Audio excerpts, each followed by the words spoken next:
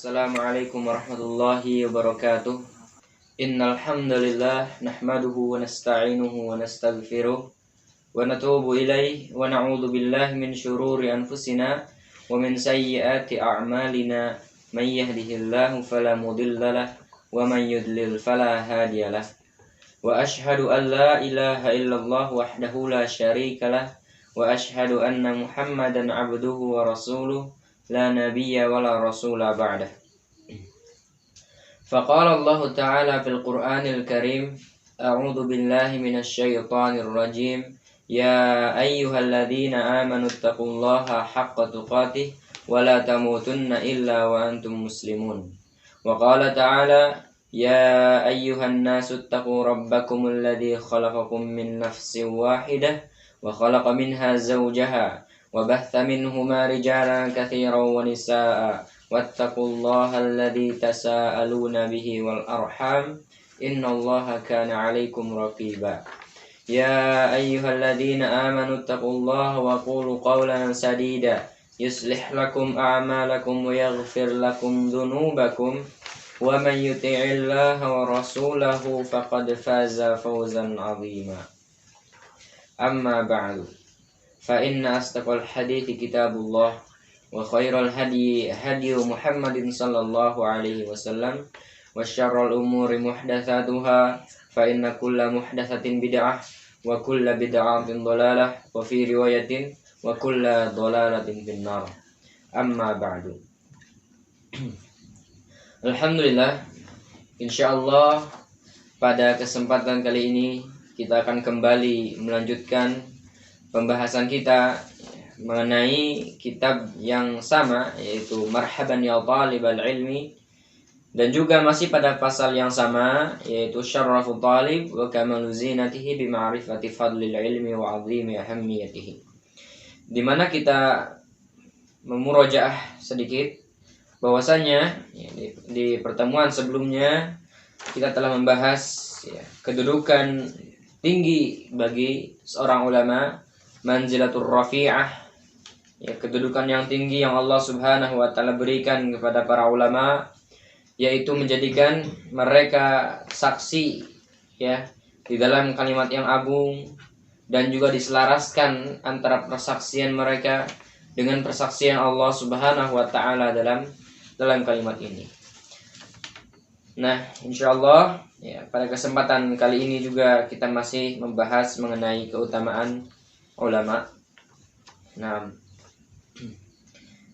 di sini musannif setelah menukil beberapa ayat mengenai keutamaan para ulama, ketinggian derajat para ulama dan sebagainya.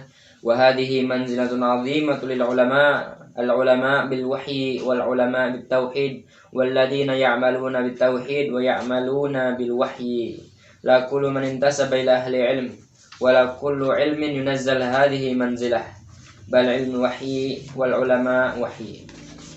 Nah, ini adalah kedudukan yang tinggi yang dimiliki oleh para ulama, yaitu disetarakan antara persaksiannya dengan persaksian malaikat dan juga persaksian Allah Subhanahu wa taala dalam persaksian terkait kalimat tauhid. Nah, karena para ulama itu beramal menggunakan wahyu. Maksudnya Allah Subhanahu wa taala mewahyukan kepada Nabi kita Muhammad sallallahu alaihi wasallam, dan kemudian para ulama juga beramal sesuai dengan tuntunan Nabi sallallahu alaihi wasallam. Mereka ini beramal berdasarkan wahyu yang Allah Subhanahu wa taala turunkan kepada Nabi kita Muhammad sallallahu alaihi wasallam. Inilah ulama yang lurus, ulama yang Allah Subhanahu wa taala tinggikan derajatnya. Bukan ulama bukan ulama yang jelek. Mereka ini adalah dai-dai yang mengajak kepada neraka.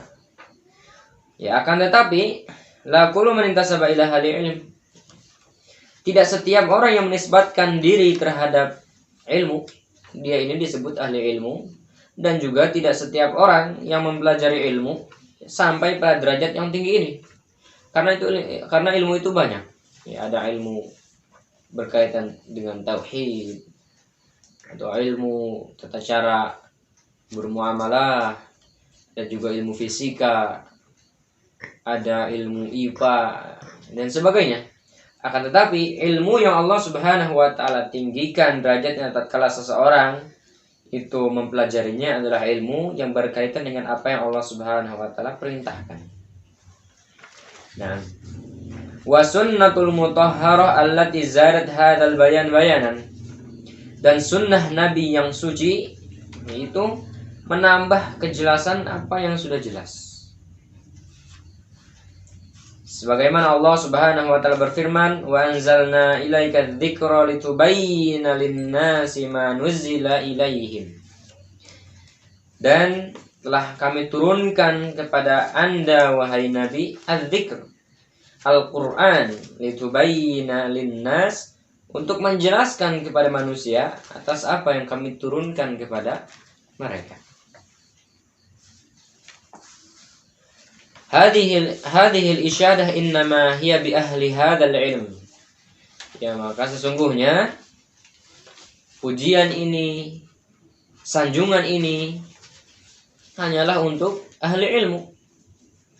Al-ilmu alladhi jaa bihi Muhammad sallallahu alaihi wasallam, yaitu ilmu yang datang kepada Nabi Muhammad, ilmu yang Nabi Muhammad berada di atasnya.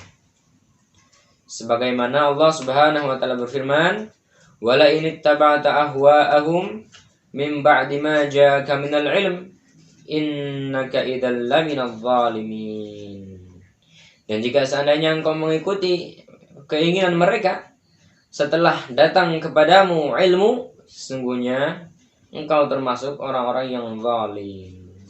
Di sini dinyatakan bahwasannya Nabi Muhammad enggak boleh mengikuti pendapat-pendapat manusia yang menyelisihi apa yang Allah Subhanahu wa taala inginkan. Dan tatkala dikatakan hawa yang berkaitan dengan hawa nafsu, di sini juga kita bisa mengambil sebuah faedah bahwasanya mengikuti hawa nafsu itu, mengikuti keinginan manusia, hawa nafsu adalah merupakan sebuah kezaliman. Sebagaimana Ibnu Abbas radhiyallahu anhuma menyatakan, ma dzukiral hawa fil Qur'an illa sabilidz dzam. Tidaklah hawa itu, hawa nafsu disebutkan dalam Al-Qur'an kecuali konteksnya selalu celaan. Karena memang hawa nafsu itu mengajak kepada suatu hal yang keliru. Nah, dan tidak boleh Allah Subhanahu wa taala memperingatkan kepada Nabi agar tidak mengikuti keinginan hawa nafsu manusia. Setelah datangnya ilmu kepadamu, yaitu kepada Nabi Muhammad. Dari sini juga kita bisa mengambil sebuah faedah bahwasanya tatkala datang kepada kita sebuah ilmu yang Allah Subhanahu wa taala syariatkan, maka wajib bagi kita untuk memegangnya, menerimanya. Apalagi terkait ilmu tauhid ini, ilmu yang mana Rasulullah dan para sahabat berada di atasnya, maka wajib bagi kita untuk menerimanya, mengambilnya dan tidak melepaskannya. Sebagaimana dalam hadis dikatakan, "Alaikum bisunnati wa sunnatil khulafa'ir rasyidin al-mahdiyyin wa 'addu 'alaiha bin nawajid." Pegang eratlah ilmu ini. Dan juga 'addu 'alaiha bin nawajid, itu genggam gigitlah dengan gigi geraham. Di sini Rasulullah SAW memerintahkan agar kita menggigitnya dengan gigi geraham dan juga memerintahkan untuk memegang erat kepada sunnah, jalan yang Nabi berada di atasnya, dan juga para khulafaur rasyidin, yang berada di atasnya, dan jangan sampai melepaskannya. Dan Nabi memerintahkan agar kita menggigitnya dengan gigi geraham. Loh, kenapa demikian? Kenapa enggak sama gigi tengah dan sebagainya? Karena gigi geraham itu adalah gigi yang paling kuat. Nah, intinya di sini Rasulullah SAW memerintahkan kepada kita untuk senantiasa berpegang teguh kepada sunnahnya dan juga menggigitnya, artinya tidak melepaskannya, memegangnya dengan kuat dan tidak melepaskannya. inilah ilmu yang datang kepada Nabi kita Muhammad sallallahu alaihi wasallam. Huwallazi yusyadu bihi wa yumdahu ahluhu wa yuthna alaihim bi syurtin an ya'malu bihadzal ilm. Wa ila idza lam ya'malu fa innahu yakunu wabalan alaihim. Maka ya keharusan selanjutnya tatkala kita mengetahui ilmu yang diberikan oleh Allah kepada Nabi Muhammad adalah benar, maka kita harus ya memujinya, menyanjungnya. Termasuk di situ menyanjung ilmu adalah menyanjung juga kitab, ya, kitab ilmu, kitab-kitab yang dikarang oleh para ulama berkaitan dengan ilmu agama ini. Misalnya diantara adabnya terhadap ilmu itu harus dijaga, karena itu diantara hak-hak kitab yang harus kita tunaikan. Karena termasuk menghormati ilmu adalah menghormati kitab. Misalnya tidak menyimpan kitab di bawah, tidak meletakkan sesuatu di atasnya, dan sebagainya. Menyimpan kitab di tempat yang seharusnya disimpan. Dan juga termasuk menghormati ilmu adalah menghormati ahli ilmu, menghormati guru dan sebagainya.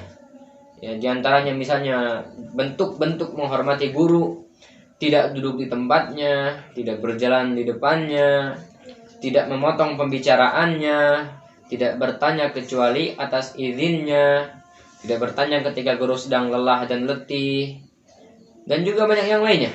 Intinya ya kita sebagai seorang belajar harus mencari keridhaan hati guru kita dalam agama, karena betapa pentingnya guru kita dalam agama ini. Sebagaimana dalam sebuah syair dinyatakan, ra'aitu ahaqqa haqqi haqqal muallim wa aujabahu hifdhan ala kulli muslim laqad haqqa ayyuhda ilahi karamah li ta'limin harfin wahidin alfu dirham. Ya, tidak ada hak yang paling berhak untuk ditunaikan kecuali haknya guru.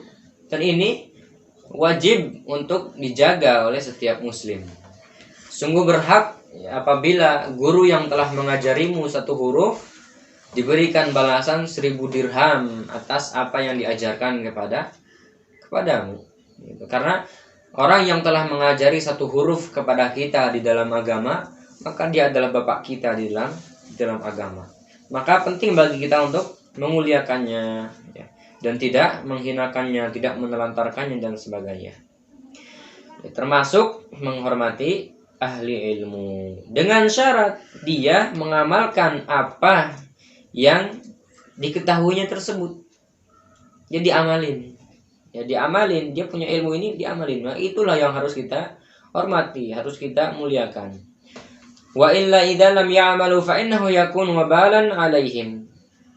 Karena ya jika seseorang mengetahui ilmu tapi tidak diamalkan, ya maka ini kan jadi bumerang kepada dia. Sebagaimana dalam sebuah hadis Bukhari dan Muslim ya, bahwasanya di hari kiamat nanti ada seorang yang dilemparkan ke api neraka. Ya, secara maknanya dilemparkan kepada api neraka, kemudian ususnya terbuai, ya, dan dia mengelilingi tempat penggilingannya. Maka manusia pun berkumpul, ya, penduduk neraka pun berkumpul. Kenapa engkau demikian? Bukankah ketika di dunia engkau itu adalah orang yang senantiasa mengingatkan kita untuk senantiasa berbuat baik dan melarang kita dari perkara yang mungkar?